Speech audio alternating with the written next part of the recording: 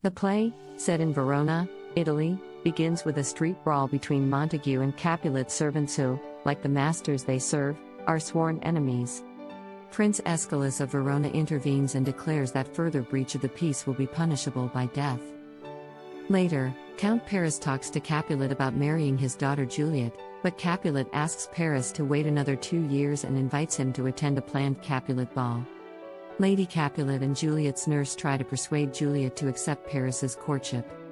Meanwhile, Benvolio talks with his cousin Romeo, Montague's son, about Romeo's recent depression. Benvolio discovers that it stems from unrequited infatuation for a girl named Rosalind, one of Capulet's nieces. Persuaded by Benvolio and Mercutio, Romeo attends the ball at the Capulet house in hopes of meeting Rosalind. However, Romeo instead meets and falls in love with Juliet. Juliet's cousin, Tybalt, is enraged at Romeo for sneaking into the ball but is only stopped from killing Romeo by Juliet's father, who does not wish to shed blood in his house. After the ball, in what is now famously known as the balcony scene, Romeo sneaks into the Capulet orchard and overhears Juliet at her window vowing her love to him in spite of her family's hatred of the Montagues. Romeo makes himself known to her, and they agree to be married.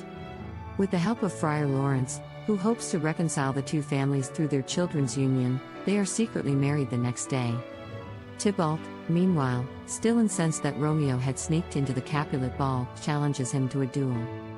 Romeo, now considering Tybalt his kinsman, refuses to fight. Mercutio is offended by Tybalt's insolence, as well as Romeo's vile submission, and accepts the duel on Romeo's behalf.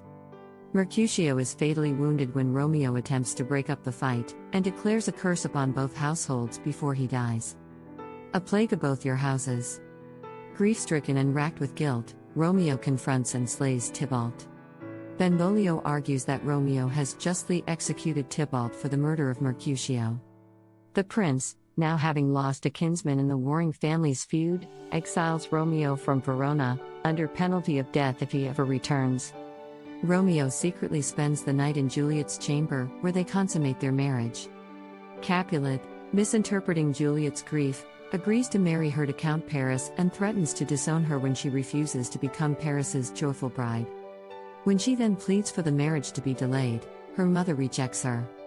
Juliet visits Friar Lawrence for help, and he offers her a potion that will put her into a death-like coma or catalepsy for 2 and 40 hours. The friar promises to send a messenger to inform Romeo of the plan so that he can rejoin her when she awakens. On the night before the wedding, she takes the drug and, when discovered apparently dead, she is laid in the family crypt.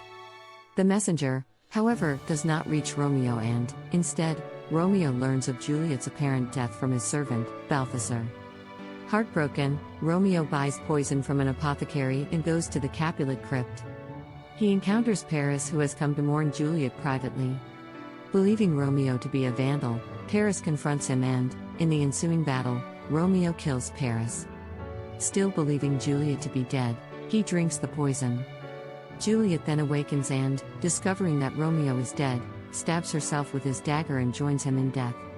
The feuding families and the prince meet at the tomb to find all 3 dead. Friar Lawrence recounts the story of the 2 star-crossed lovers, fulfilling the curse that Mercutio swore. The families are reconciled by their children's deaths and agree to end their violent feud. The play ends with the prince's elegy for the lovers, for never was a story of more woe than this of Juliet and her Romeo.